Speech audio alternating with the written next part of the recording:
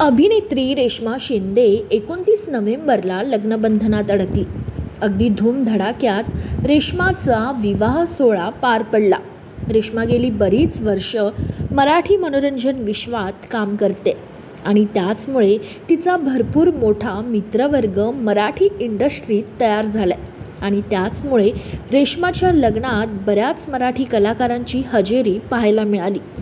तर सध्या रेश्मा घरोघरी मातीच्या चुली मालिकेत प्रमुख भूमिकेत दिसते आणि आईच्या भूमिकेतही।